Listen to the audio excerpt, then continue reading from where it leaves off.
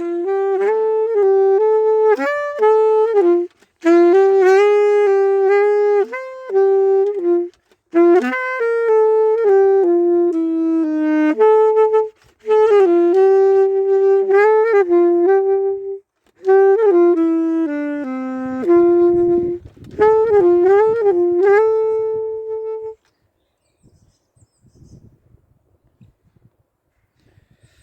let's give this a go.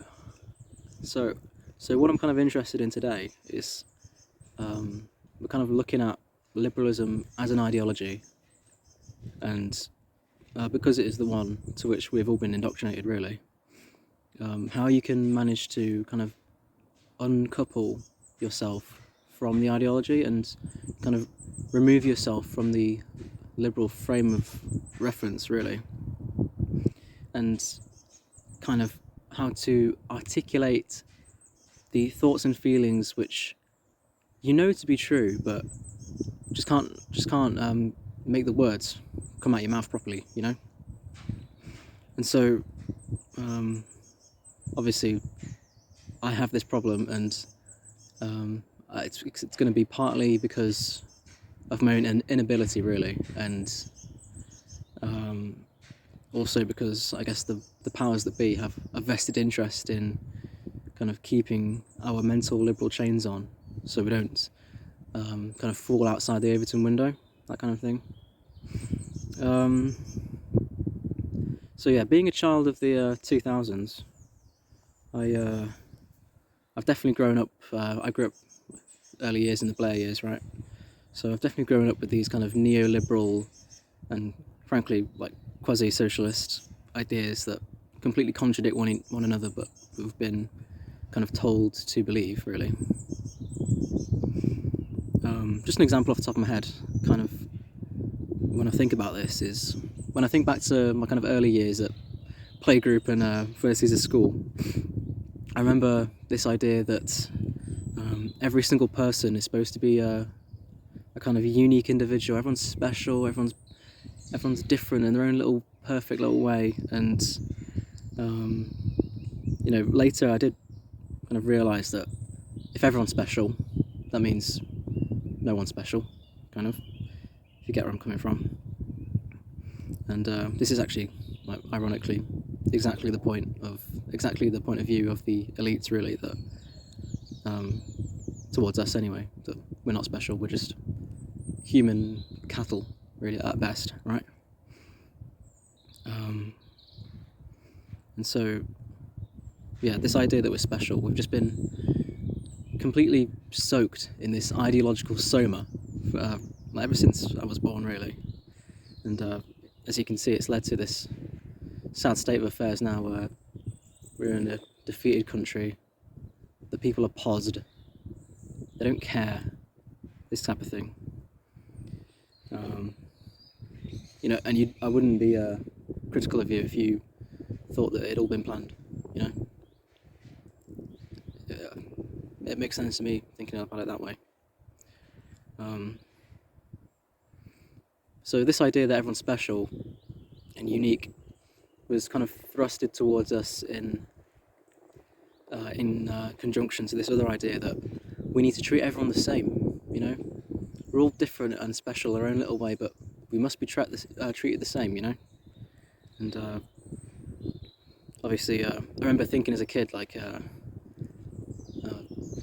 this kind of cognitive dissonance in my head where surely if everyone's different, then we should be treating everyone differently. This kind of thing. I don't know. You can see where I'm coming from, though, right? Hopefully.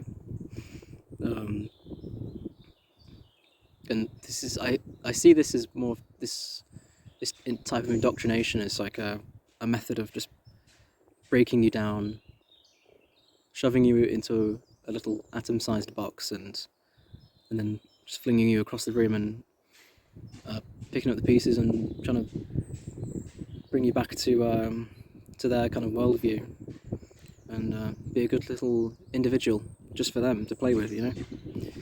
And like this kind of forced through this bureaucracy, and it's not so much the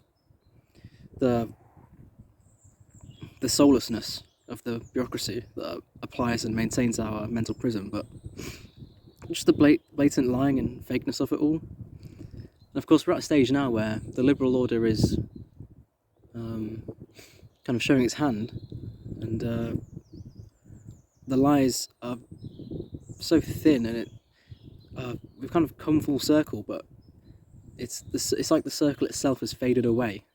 You know, we just accept the way things are, even though we know it's a load of bollocks, really. And just the human spirit has been crushed, I think, totally, and all that's left are dilapidated lies, and we've just been forced to accept it, and no one even cares anymore. That's the thing, like, it's this, I don't know, and, which no one cares, you know. And this kind of leads into the conversation of we've lost our way as society, you know. We're inward looking, we're decadent, we're all this kind of thing. And what else is there? Oh yeah, this is accentuated like quite profoundly today, where coming up on almost a year of lockdown in my country, I don't feel. It becomes more and more often where I don't even feel like I'm living anymore. You know, I'm just existing. You know, and this kind of reminds me of this conversation that we used to have in a philosophy class where, you know, you might be a brain in a jar and you'll never know. But of course, this is you know, I'm in the forest right now, so I quite like it. It's good to kind of ease my mind, but I'm usually in a little student box, you know. So I'm just a student. I'm just a brain in a box, basically, not even a jar. So yeah. Anyway, kind of the black pill aside, basically, this is I kind of wanted to talk about some of the criticisms of liberalism that I found.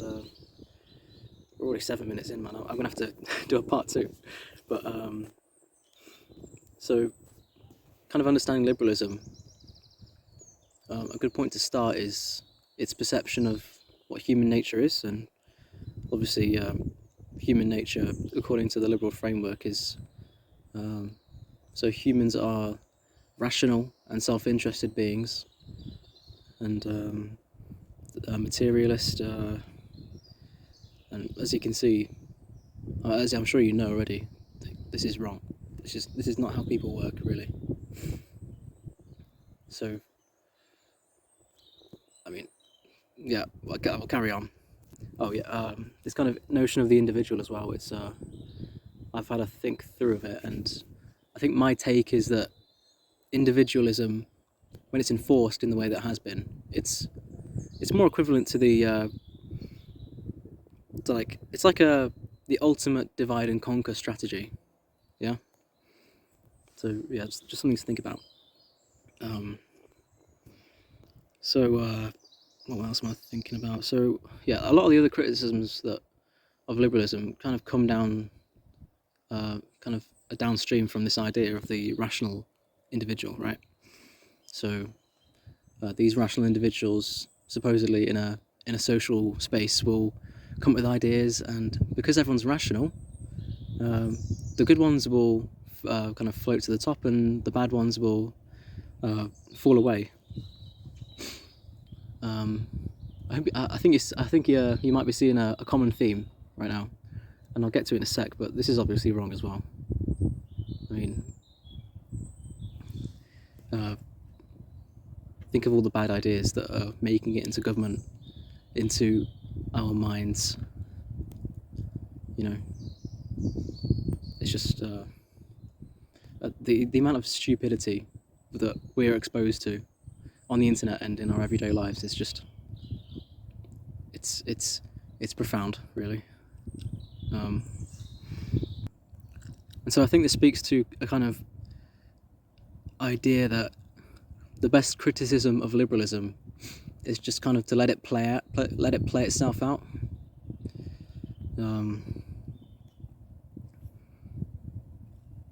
And obviously, look around you. This is where we are now.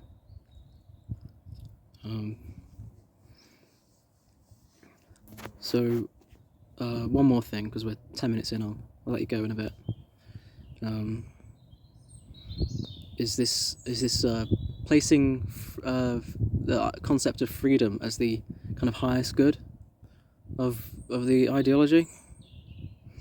And obviously we can throw some bricks at that, and to me this kind of idea just smashes completely, because, and this is kind of like a classic Morgoth line, you know, freedom to do what?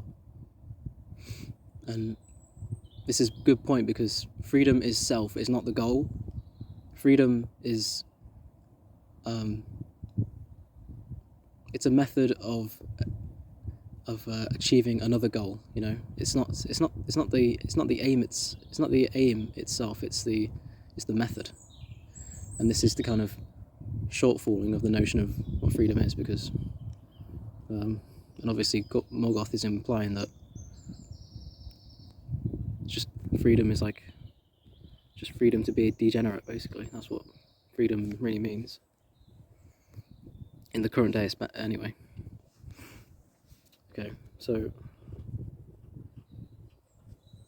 alright, I'm going to do a little segment, alright, so don't laugh, right?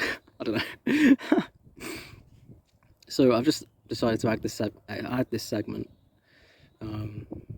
If you're anything like me, then you'll have gone through this change of perspective recently. I'm sure you know what I'm getting at. And I'm kind of viewing the same things through a different lens.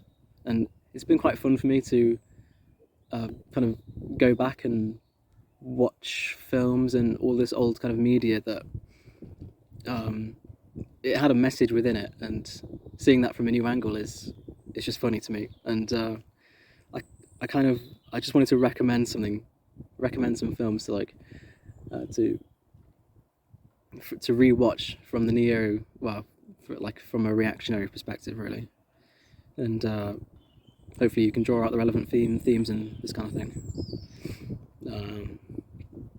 This time it's going to be Team America, World Police, from 2005. Quite nice to dip your toes into. Funny film anyway, and it's quite thought-provoking for me anyway. As I was watching it, thinking about Islam and how my opinion of that has changed over time, and what all the characters represent, and all the themes that go throughout the film, and you know, I don't know. It was just funny to watch as I was sitting with my mates. You know, just all these thoughts going on in my head. It's quite nice to think about. So there you have it. Oh, one thing I did forget, actually. One of the key kind of stepping stones to understanding liberalism and eventually coming away from it was kind of forcing it into my head that liberalism is actually just another ideology, and that it doesn't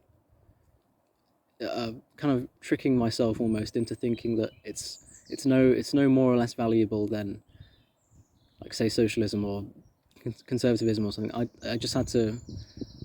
That was just a method to kind of step back and think of it critically, you know, and certainly growing up and maturing a little bit more has helped me with that as well.